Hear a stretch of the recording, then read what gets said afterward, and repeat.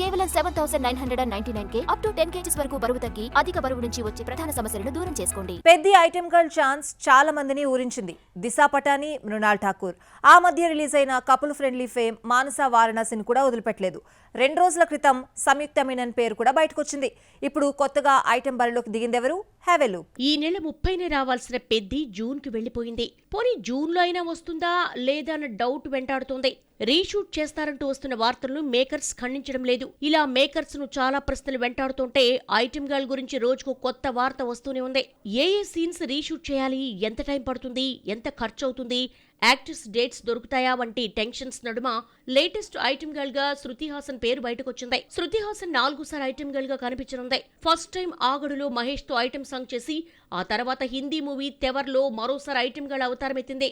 Second heroine అయినా hi నాన్నలో chance కొట్టేసిందనుకుంటే item girl గా కనిపించింది శృతి. శృతి హాసన్ తెలుగులో ఆకాశంలో ఒక తారలో క్యామియో రోల్ పోషిస్తోంది. సలార్ 2 ఎప్పుడు మొదలవుతుందో తెలీదు. తమిళంలో నటిస్తున్న ట్రైన్ షూటింగ్ పూర్తయింది. హీరోయిన్ ఆఫర్స్ దూరమైన పెద్ద ఐటెం సాంగ్ వస్తే మాత్రం లక్కీ ఛాన్స్ కొట్టేసినట్టే. ఎవడు సినిమాలో శృతి హాసన్ రామ్ చరణ్ తో జత కట్టింది. 12 ఏళ్ల తర్వాత మరోసారి హీరోయిన్ గా కాకపోయినా స్పెషల్ సాంగ్ లో చెర్రీతో కలిసి చిందులేసే ఛాన్స్ అందుకుంటుందో లేదో చూడాలి. పాన్ ఇండియా మూవీస్ హిట్ అయితే హీరోయిన్స్ కంటే ఐటెం గర్ల్స్ కి ఎక్కువ క్రేజ్ వస్తుంది. పుష్పలో సమంత డాన్స్ కు బాలీవుడ్ ఊగిపోయింది. పుష్ప 2లో శ్రీలీల కిసిక్ సాంగ్ తో హిందీ ఆఫర్స్ అందుకుంది.